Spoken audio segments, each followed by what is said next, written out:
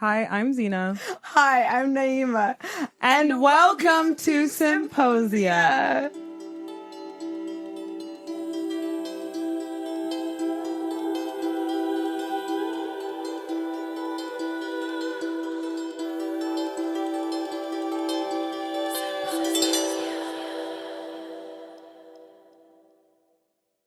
Today's episode, It's about love. Love and all how to find it, where to get it, how to keep lose it. Who needs it? Who wants it? Who's in the market for it? Who's in the market for it? And we have a very special guest, so that's here today. Hi, everyone. My name is Ashton Ray, and I'm the rawest little bitch from the South. I'm from Dallas, Texas. I'm 22. Yes, still very fertile. I moved to LA 3 months ago, and I'm just a fucking vibe. So, Ashton, as our topic today is love, we want to know, are you dating anyone? And what's the love scene like in LA? Baby, there is no dating life. Baby, there is no prospects. Period. There is no roster. Phone drier than the Sahara Desert. When you're in a relationship. You thought I was in a relationship? Yeah. What? Oh, honey, you thought wrong. Oh. Baby, if you open my Snapchat, dust comes out of my phone. I was given it's a false desolate information. cave. I'm not really in the mood to do anything serious because I just got out of a very serious relationship. And also, Congratulations. yes, we were together 1.5 years. We're still very close friends. Also, that mean they texting each other on the side at 4 a.m. What you doing? Like, you up? Question mark. Ooh, she blushing and she's sweating a vein on the forehead popping out. Ooh, I call her red-handed, honey. Clocked me. No. We're cool. So, Zina, are you dating anyone? you know, some like to characterize me different ways, this way, that way. I was talking to a guy, guys. A guy? She talked to a man one time. One time. And then she got scared and ran off. How did you? Did I tell you the story already? Or- No, I could just feel it in my bones. No, I don't call it fear. I call it dominant. Zena's just too alpha for the men that she's talking to. The big guy. You either need to date a twink or a woman. That's, yeah. And you're sandwiched between those, so I don't pick your poison. I've been in 3 long-term relationships. And I'd say 2 out of 3 were really healthy. Oh, what about that third one? Fuck those first 2. I wanted about the third one. The third one was, he was evil. He was evil. He was like a little inbred Napoleon Bonaparte. Just short and mad. Yes. My very first boyfriend, I'm pretty sure he could be diagnosed as a sociopath. Like, Shit. there was something really, like, off about him. But all my other exes are, like, beautiful baby angel sweethearts. Most of them ended on, like, good terms, you know, very mutual kind of vibe. So I'm very happy that I will never be one of those people that walk around. It's like, oh, my fucking stupid fucking ex-boyfriend. I fucking hate him. I'm like, no, mine are all angels. That's really nice. Which probably means that I was the problem. Yeah, it does. It's hard to get me to a place where I have, like, a messy breakup. Like, that just isn't me. I'm very, like, cut, dry, pros, cons, let's talk it out, not working. Okay, love you so much. Have a great life. Catch you later. That's fantastic. I wish I could be that emotionally unavailable. Hey, wait, what's y'all's attachment styles? Is that what that is? Is that emotional unavailability? No, I'm fucking with you. I do have an avoidant. I do have an avoidant attachment style. I have an anxious attachment style. And guess what I meant? Well, guess what I am, guys? Oh, can't imagine. I'm an anxious avoidant. Oh, really? Oh, really? Yes. Wait, what? Oh, was I just clogged? A lesbian attachment style. Okay, perfect. That makes sense. Which just means you move in after 3 days. That's all that is. That's 2 women. Yeah. My perspective on my own dating life is a little skewed in like relative to society, because people say, like, if you're not dating someone, you're, like, not doing it right. I feel least successful when I am dating someone. When I'm in a relationship, I'm like, boring, lame, chop. I feel like my life is very much a coming of age movie. Totally. But when I'm dating someone, it becomes a rom-com. And that's just not really my genre. Do you like rom-coms? No. Me neither. Exactly. Rom-coms, they're cute. No, I don't like rom-coms. I'm sure you do, Miss Bookstore. Right. So nobody's dating anyone. We don't Thank God. specifically seem to have a desire to date anyone I'm seeing from. I also just any of moved us. to an entirely new state. Like, I just moved across the country. Why would I lock myself in a relationship? That's right. You just moved. I just got out of a relationship. No, guys, to be honest, I'll be the one. I'll I'll be the one against you. If the perfect person comes and flops out of nowhere.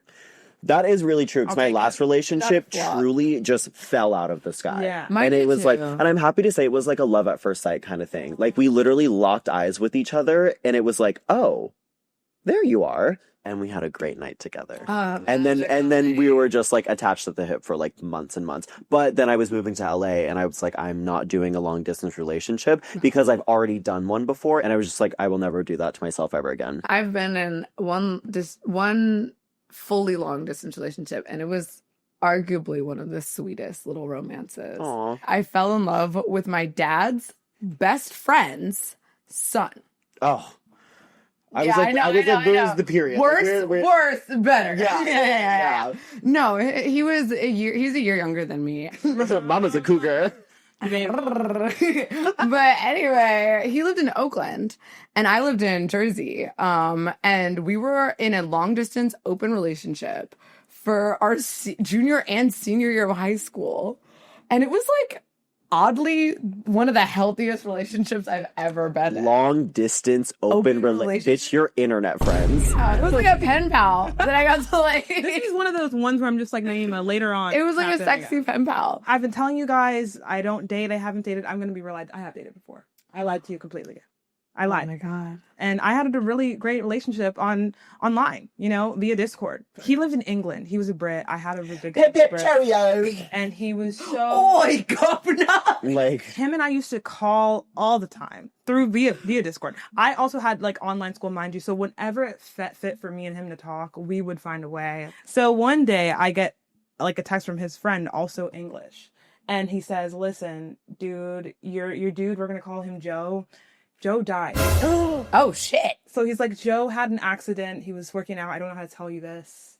And he... I say while working out. Yeah. Bitch, it's Final Destination. So he was doing the bench press. You know that thing? Yeah. Ugh. Now picture it drops. And it's on his neck. Yeah. And he can't breathe. Joe is like suffocating. And it's like he has some kind of like, I don't know what it's called when that happens. But he dies. And naturally... Like asphyxiation? Yeah. That's what they called it. It's that. Yeah. Wow. So he asphyxiated. And I was like, oh shit. Why did no one help him? So I was Did like... you not have a spotter? So I was... Yeah, literally. Was she just at the so gym alone? Imagine you're feeling it. You're like in the motions of... Imagine feeling this. You were 3 months talking to this guy. Never FaceTime, by the way. Just calling. Just call. Oh, then that means he was chopped. I'm sorry. That's all. No, he was actually really cute. All his pictures were so cute. Never FaceTime. Anyway, 3 days And his later, obituary, stunning. I keep texting his friend. I'm like, what's going on? He's like, yeah, he actually wanted to fly out and see you in Pennsylvania, and he wanted to take you to New York, and he wanted to do this. He's not dead. Mind you, bro. Oh, he's alive. Mind you, bro. Fully. Bro was like 16. His friend is him. He's the friend. Stop spoiling my... Oh my God. Why are you guys spoiling my shit? Sorry, my bad. Why are you guys spoiling my thing? When your friend predicts the end of a movie and you have to Why are you guys gaslight them? spoiling my event? This is my feature. Okay, fine. No, Yes, his friend was him. I basically, I don't know how I did this. We used to play Roblox with each other. So, I get into this Roblox selling weapons Discord server. They're like, dude, I say, this is a picture of my boyfriend. Has anyone seen, is he really dead? Like, Has anyone seen this man? And then they go, bro, that's not Joe. This is Joe. Send a picture of bro's friend, his chopped friend. I fucking told you he was shocked. That's why you want no FaceTime, bro. So I said, no face, wow, no case. The whole time you've lied to me. He introduced me to his actual self like a month in. Yeah. So he would sometimes I've talked to the fake guy and sometimes. Wait, so he was doing 2 profiles. It was him, the fake one, and his friend. And his friend was who he really was. Yes. And was chopped. My gullible ass. Imagine centering your whole life in trapping me in that kind of... Oh my God, he must have been so bored and jobless. Yeah. Oh, yeah. This was during quarantine, right? It's quarantine. So Bored and jobless. Oh, yeah.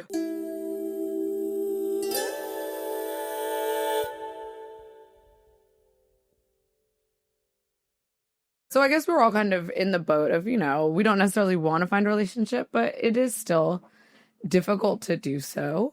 Definitely a struggle out here for a lot of people, specifically men. Men love to complain about how lonely they are. They do. So let's talk about it. Male loneliness epidemic. What are our thoughts? How do we feel about it? No thoughts. No comment. I mean, yeah, I feel like who set that system up? Yeah. Clock it. I do kind of feel bad for men, specifically cis straight men. And I do feel like they're definitely, like, looking at the stats, there definitely is an issue. Mm-hmm. But one thing that I think it's interesting to note is that it's not just that men are in less romantic relationships. Like, 60% of men under 30 are single, and only 30% of women under 30 are single. Yeah. So there's definitely less romantic relationships. 60% of men under the age of 30 are single. 63 actually. No, it's high. Oh my Yeah. God, they just need to date each other. What the Very hell? that. Well, they could try that. But the other thing that I think is very interesting is that there's also a dip in close friendships for men. And men are reporting a lack of close friends. There's a very simple answer as to why like men experience less closeness in their friendships. Like I grew up in the South, I grew up in Texas, and I know all about like the whole boys don't cry and like, you know, you don't show your emotions, it makes you weak, whatever.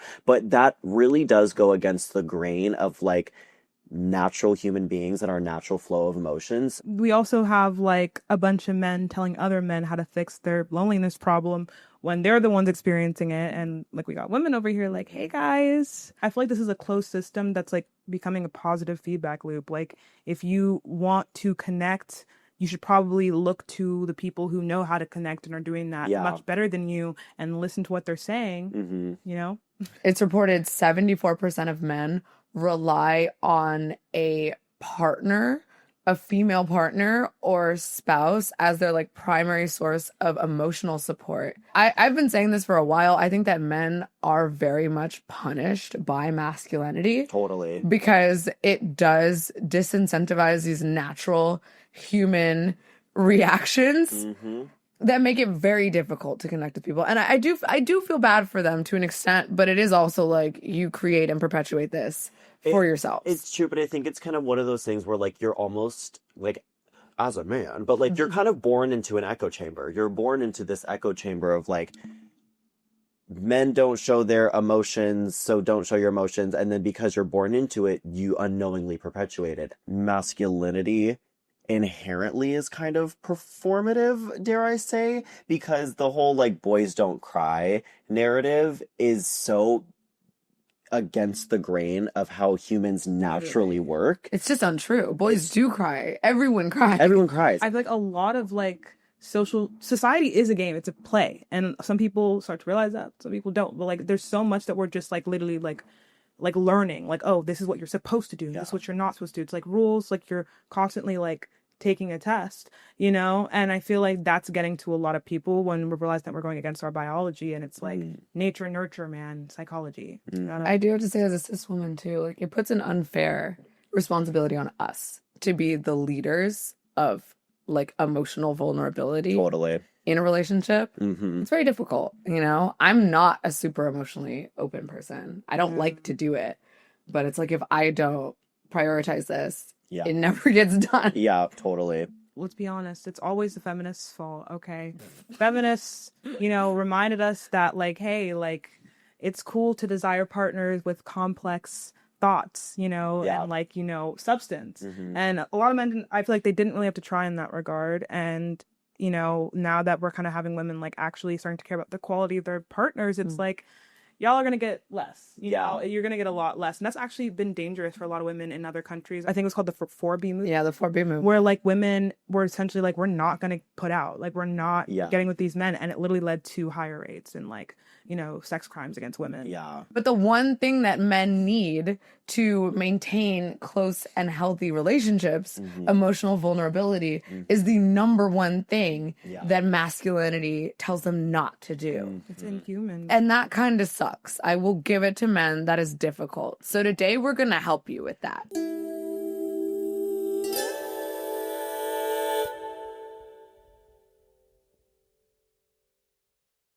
No, everyone, guys, I got a text. My friend's asking me like how she can get more matches on Hinge. That's a great question. I feel like that's like really like, I feel like we know a lot about relationships. So here's the thing. Men on Hinge, I love you all deeply, but these profiles are not it. And I actually wrote an essay as to why they're not it. Number one, when you message a girl, don't mention anything about her parents or marriage or implications of some kind of long-term thing before she's ever even spoken to you. That is very presumptuous and sounds really creepy. Oh, yes. That does sound creepy. Is that fair? No, that's fair. I think this is like a straight people thing. I've never had that experience before. I will have men be like, so what are we going to tell? Where are we going to tell your parents we met? I'm like, nowhere, because we're not meeting. Number two, you just got to show us your face, man. Because if you don't show, I see so many profiles where guys will hide their face, where guys won't, like, it'll be all like a weird selfie from a strange angle. You have to have at least 2 photos of your face. Mm-hmm. And you need to, this goes for everyone on planet Earth, your dating profile needs to have a photo of your smile. Yes. Let's see those teeth, people. If I see a man with his face covered, I think one of 3 things. 1, you're chopped. 2, you think you're chopped, which is also unattractive. Very. Or 3, you're a murderer. Yeah. And you don't want your face on your profile because you plan on murdering me. Right? You're such a bitch. I also don't like when someone's entire dating profile for men is just only photos of like their muscles and stuff, because that tells me you think your body is the most interesting thing about you, and if your body is the most interesting thing about you, I want nothing to do. I literally That's on me. I talked to a guy like that. No, Really? you're just I talked to a guy who quite literally was obsessed, and he was trying to get me on a meal plan, and he's just like, I think it's good for I think every single person should do this, and it's like, I just don't understand why anyone would not want to be this obsessed with their health. to have like 1 or 2 photos of what your full body looks like, or like It's a like shirtless pic is fine. But I Not do the think entire that thing. context matters. Like if you're at the beach and you're shirtless, that's a normal place to be shirtless. If you're like in your room alone, like no, that to me is a slut again. Like, You got to get yourself in a. I want to picture you in a day. I actually really like what you just said. Your dating profile I need to be able to see you in a day. Yeah. Or like in a week. Like what is your like kind of day to day? that's actually smart. Because also your dating profile is like a billboard of who you are. Yes. Put the most interesting things. I like when people have like an actual, like, okay, you put effort and this is cinematic. Like I'm scrolling through a story. Yeah. Yeah. Like I want to see blues and colors and Yeah. I like when someone's profile kind of takes me on a journey a little Yeah. bit. Yeah. Especially if they have something like really witty for their like hinge. I'm a sucker. I'm such a sucker for like a witty dating profile. Can I say Like, my that will least always favorite get me. thing? What? And then I'll tell you mine. Memes. Really? This is not no, I don't like the memes because it's like you literally need somebody else's jokes to be funny. Yeah. For me, it's like mentions of coffee. This is such a thing, especially on gay guy dating profiles. Every single gay man, their hinge prompt says, I know the best spot in town for iced coffee. I geek out on iced coffee. First round is on me if iced coffee. One time I fell down a flight of iced coffee. Like everything is about iced coffee on gay men's dating profile, and every time I see it, I'm like, X next. It's giving our millennial thing. Like we can't be millennial. We can't be millennial. Totally. Yeah. It's like our version of like the mustache, like the finger mustache. Oh my god, I can't get through my day. Yeah. Without my coffee. Yeah. My cup. Don't talk to me before my coffee. My drink, my diet Dr. Kelp. My diet Dr. Coffee. Like, it's awful. But I do know some really good spots in town for coffee. So, boys, hit me up. Let's go get coffee. Oh, a photo with friends. I say, have friends. You say yes? Yes, I need to know that you're a social, charismatic the human first? being that other people like. But I'm not a normal person, and I other like people group don't photos. like that. Speak your fucking truth. They really don't feel like I should Like, have. embrace it. Embrace what you are. So we have a question from the audience. I've seen messages from my man's girl best friend talking shit about me. What should I do? Girl You're best gonna bring friend that is up. a dangerous territory. Already a red flag. You started with a red flag. Yeah. I kind of need to know the context of what's being talked about. What did you do that made her feel like she has the ability to like say something? Like I kind of need to know what's being talked about. I want to know. My friend, is she saying this shit about me? I also want to know, like, how did she find this out? Like, did her boyfriend tell her? Yeah. And then in the text, did he defend her? Because if he defended her and then immediately told her, I say that's either on her because she actually did something that was genuinely upsetting to the girl best friend, or on the girl best friend for being jealous or talking shit. Yeah. But if your man didn't defend you and your man didn't tell you and you found this out on your own, then that means that his priority is not you. Yeah. It's her. Oh, this is a good one. Should I break up with my boyfriend because he won't stop losing money on sports betting? Yes. Yes, you should. Next question. Yeah. I think we're good. No, what? Yes, Diva. I say yes because it shows where the priorities are. Also, he has an addiction. That is an addiction. It'll get worse before it gets better. I feel very sorry for him, but that's his journey. Like, if you had to start a conversation with, like, a new friend, first impression, oh, yeah, my boyfriend keeps losing our money on sports betting. Yeah.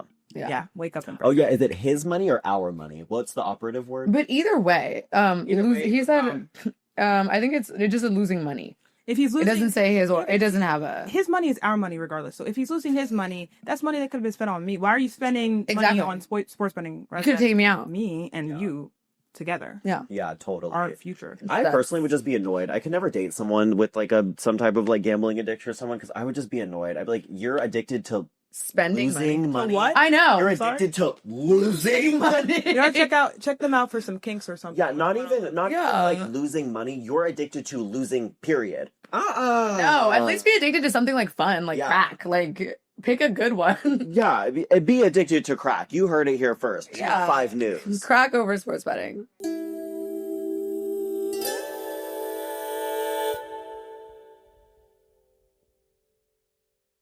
Well, for context, I'm a 20-year-old guy, around 5'10" in average build. What is this in the FKA UK. Twigs? Why do you sound like she sounds like the main character from Flushed Away? No, literally. Well, he said he's short, so I want to mimic short British. Okay, I've never been in a relationship, and I don't really know what to do. I'm definitely shy and introverted, but I feel like I've got lots going for me. I mean, I could keep myself clean. I work out. I'm a straight A student. I can't take this seriously. Okay. But I also enjoy partying, drinking, and just basically being a normal person. My friends say I'm reasonably smart. I'm funny. When someone gets to know me, I sort of hate writing this, TBH, because I don't want to seem like an incel chud. I legit don't know what to do. I mean, I've never had any girl that I've liked to like me back. The few where there was maybe something, or either in relationships or it couldn't work due to the distance. So basically, one thing I think fucked me up a bit is my parents were super prude, he says, especially my mum. We just don't really talk about that shit. And it's always just been a weird subject, so I never really wanted the hassle. This is also not to say that aren't girls I like. I'm not asexual or anything, but I just don't really know what to do. I've tried Hinge, but I'm a bit too clapped and short to actually pull on that app. Sad. It's so bad that I constantly get asked if I'm gay by my friends, and it's a semi-regular point of conversation as to why I can't pull at all. That was scary. I thought eventually you were gonna break Harry. Yeah, I thought it was gonna break. No, I didn't. That got great. I think the main problem with this guy is the fact that he is self-referentially clapped. Because it seems like internally everything is going good. He's like, I'm a nice guy, friends, I party, I drink, I'm interesting, funny, whatever. It seems like you've done the work on the inside. Now it's time to do some work on the outside. Make your eyebrows look more like nice and like, clean yourself up. Maybe like, invest in Korean skincare. Yeah. Oh, invest in Korean skincare. Long way. Oh my God. There's like a haircut and an outfit can change a person. What this guy needs to do, he needs to go on like Pinterest or TikTok or something, and he needs to look at outfit and haircut inspo for guys that look like him. You need good taste to be attractive. So once you get that good taste, and go shopping with women. Like, I think that'll really help you. If a woman likes an outfit that you're considering buying, buy it. And don't be performative. Yeah. I mean, yeah. And the good news, if you are clapped as you believe you are, is that the majority of the human population is also ugly. So your dating pool is actually somewhat larger if you think about it. I disagree. I think everyone's really beautiful. There's a lot of beautiful people. Beauty is in the eye of the beholder. Okay, well, I'm beholding a lot of chopped individuals. So this question says, how do I deal with a DL man who tells everyone he's straight but tells me I'm his soulmate? You leave. Baby, zoom in. let that man go. You leave him alone, sister. You hear me? That DL man will do nothing for you. I personally have never, like, dated a DL man. I've never been in cahoots with one. They're not my vibe, and that is by my own volition. I think they are a parasite to the queer community. And I'm not talking about, like, people that are just in the closet for, like, circumstantial reasons. Like you're in Afghanistan or yeah, whatever. Like, that's fine. But a man who's DL and knows he's DL... and, like, his personality is the fact that he's DL. I'm like, why are you doing this to people? It's 2026. You're openly in the closet. That makes no sense. Yeah, that's weird. If you're okay with being a secret, that's because you feel like you deserve to be a secret. And I don't think that's conducive to your relationship with yourself. Like, I literally genuinely believe dating a DL guy will destroy your sense of self, your self-confidence, your self-worth, because you're telling yourself, this person loves me, but not enough to tell everyone that they love me, and I'm okay with that because I feel the same about myself. Girl, date a gay guy. It's fine. 2 gay guys can date. It's, like, totally chill. But I don't think we need to be like, like, my man, like, has to be DL. And I know a lot of those. There's a lot of those. Just do a role play. I don't get it. Yeah, role play. Fuck it, role play. If you're dating a DL guy and he says you're a soulmate, maybe he's lying to you. He's lying to you, and he's lying to the other three twinks that are in his phone. Oh, shit, I got a text. Oh, this is a great question for the ladies. How do you want to be... Well, I'm a boy, so... Well, you're going to be helpful, too. How do you want to be approached in public? Where is it appropriate to ask someone out without coming off as a weirdo? Wow, I'm honestly thinking about it. I really don't like being cold approached very much at all. Because you don't like men. Yeah. No, it's not just men. It's also just in general. Like, sometimes it's just, like, throws me off. I think it has to be just, like, literally, if the connection is there, if you feel the vibe, just go act on your instinct. But don't do too much. Here's what I will say you don't do. If somebody has headphones on, if somebody is, like, deeply invested in an activity that they're doing... don't interrupt that. Me all the time in public because it's time for myself. If you see someone in public and you think they're attractive and you think they would think you're attractive, I think it's okay to kind of be like, hey, sorry, like, I don't want to interrupt, but, like, I saw you over there and, like, I just kind of wanted to talk to you. Like, hi, I'm so-and-so. I don't know. I like it more when it's, like, natural because it's, like, you're just coming to... Well, what's natural to you? I don't know. Like, maybe, like, we're in a circumstance where we need to talk, like, we're in class or, like, something where it's, like, we're communicating and we're all going here, you know? I don't mind shooting shot in public. Like a coffee shop, I say it's normal. I think a cold approach is kind of attractive because it shows I think it's hot too. Yeah, I agree. I don't mind it. I think a compliment is good, but I wouldn't compliment a woman's body. Rip. Compliment something super specific. Yeah, like I like very your specific style. Yeah. I like your hair. I like your nails. I like your t-shirt. Like I think ask a follow-up question about it just to kind of like open the floodgates. Yeah, but don't come in with like damn da-da. And then obviously bar club party. Yeah, totally. Like people are there to But I've never been cold approached, so I'm just kind of like hoping that it would happen. So if you're a cute guy and you think I would think you're cute, please cold approach me. I think it would be really attractive. I think it's cute too. Just don't fucking interrupt me. I have to say hats off to ya. If you're actively cold approaching people, it takes a lot of cojones to be able to do that. It takes a lot of guts. That's why I can't do it. I don't have like, although I'm a confident person, I don't have the confidence to be like, hey, baby, like, what you doing? Like, I like you, like, whatever. Because if they were to not like me, I would just feel like, you know, just like chuggly fuzz. Yeah, I would just feel like I would feel like a, you know, like kind of like a derpy ogre, like, hey, do you want to be my boyfriend? Yeah. And I don't like that feeling, so. I just really don't want to. You want to go home and kiss me, babe? Yeah. Accurate real life footage of me. But guys, on that note, I do have another text. When conflict arises, how should a couple handle it? What do you think of the idea that you should just break up in your 20s when things get really wrong? I don't agree with that last part of like, oh, if you're in your 20s and like something's going wrong, like just break up.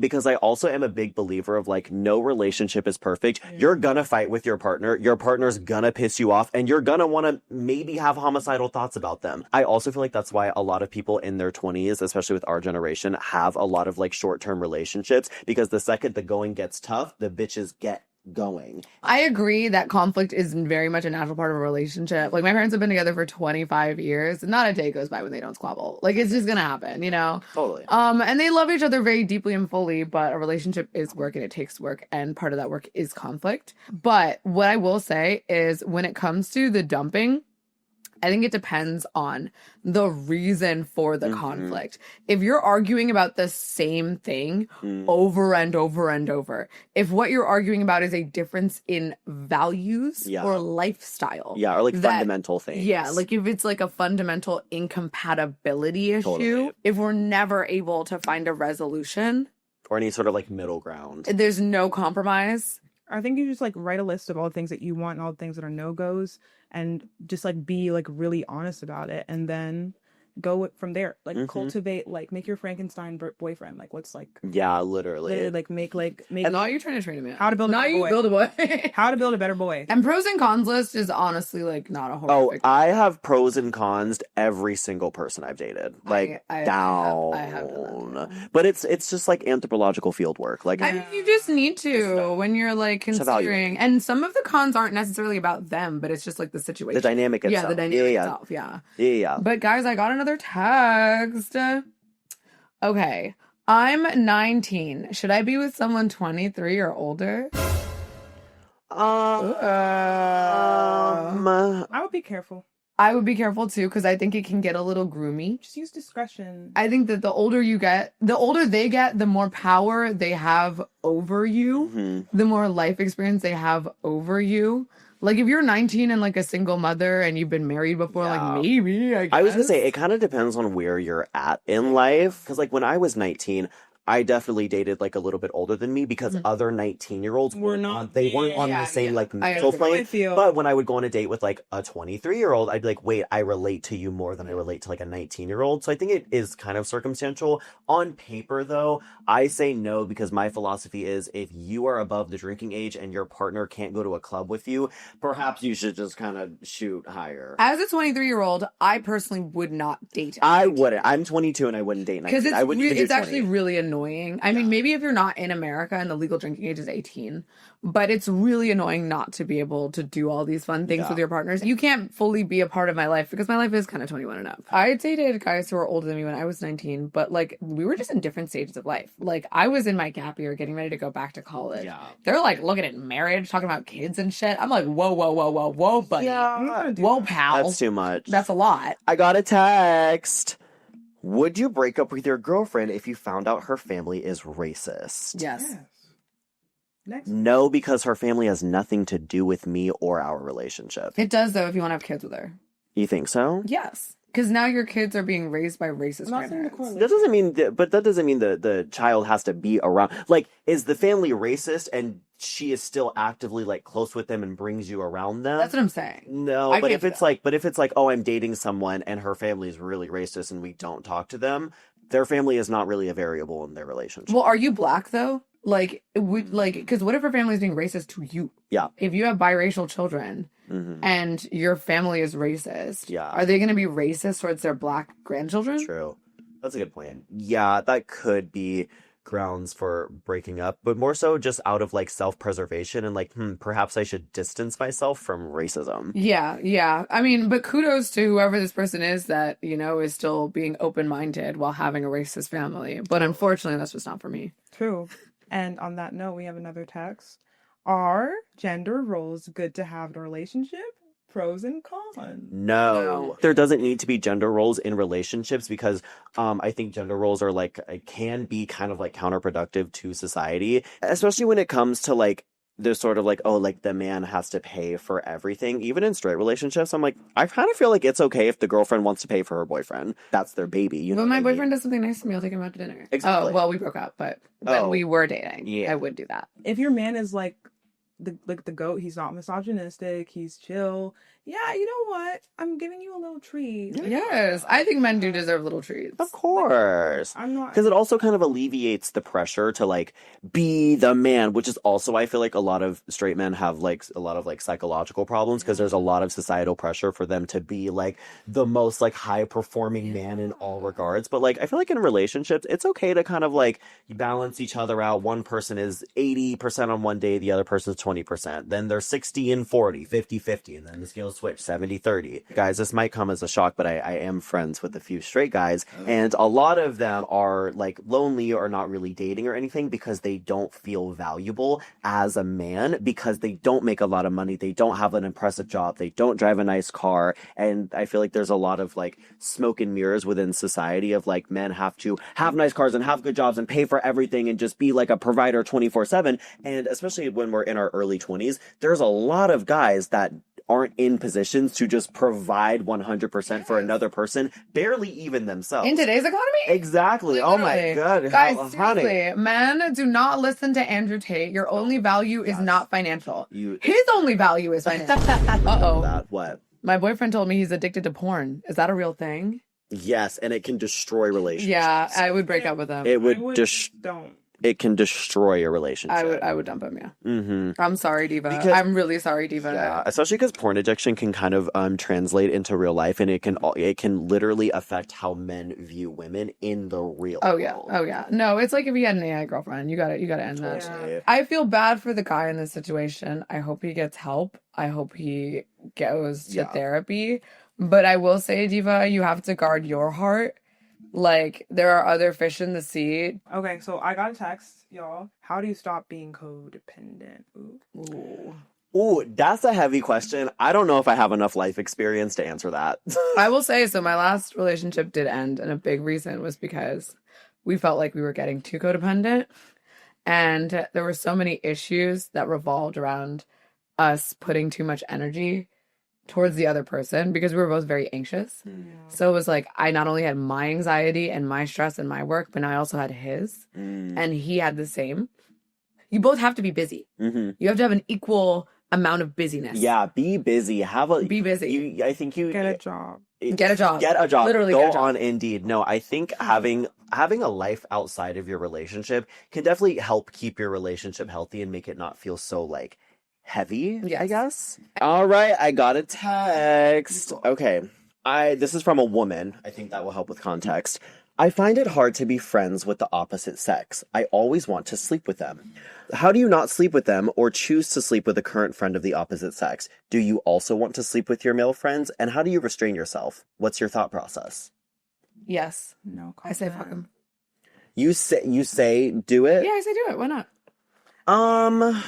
But not every single friend, because she said, like, I always want to fuck my male friends. The closer you are with the friend, the less I say go for it.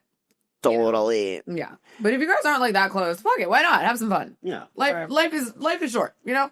I also like a friends to lovers.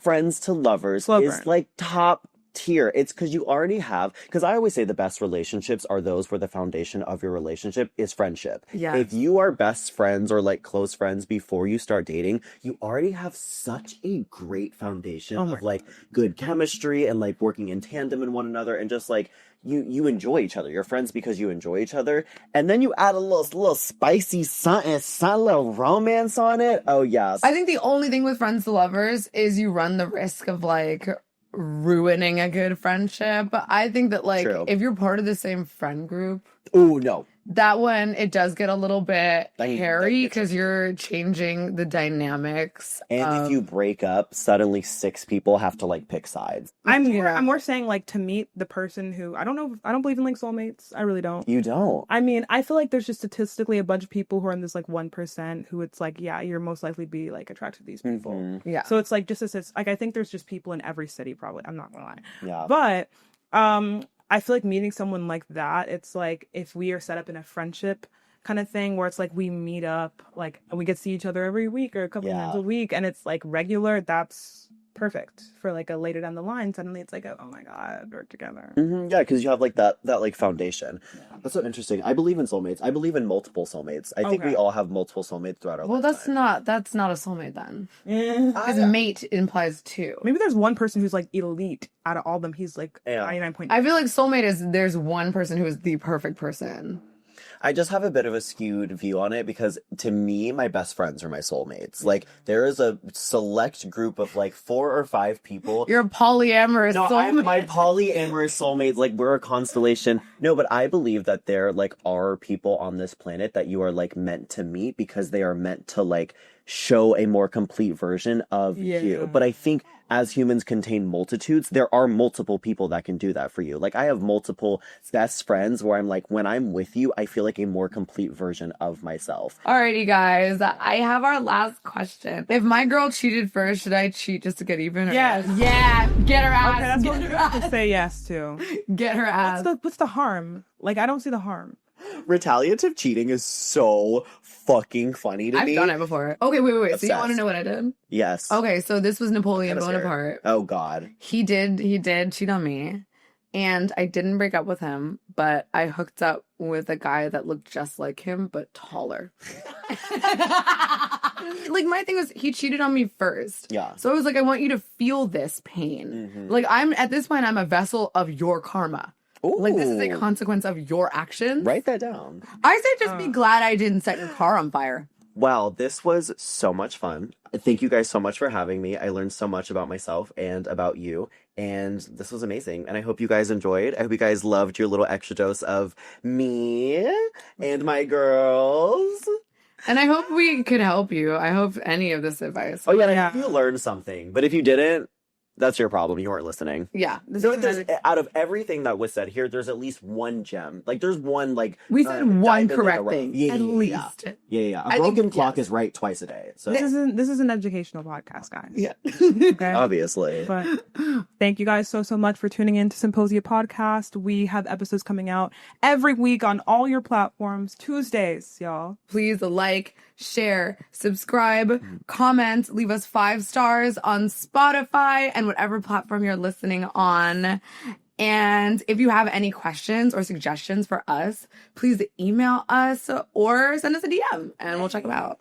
Yes, All right. yes. Please review the podcast. Like give it some good stars. These girls need to pay their bills. We really do. We're broke. I have 2 cats. I'm a single mother. Who works 2 jobs. 9 to 5, day and night, working, drinking My out man that got coffee some pot jobs. that none of y'all want to touch. All right. Well, bye everyone. We love you. Bye. See ya.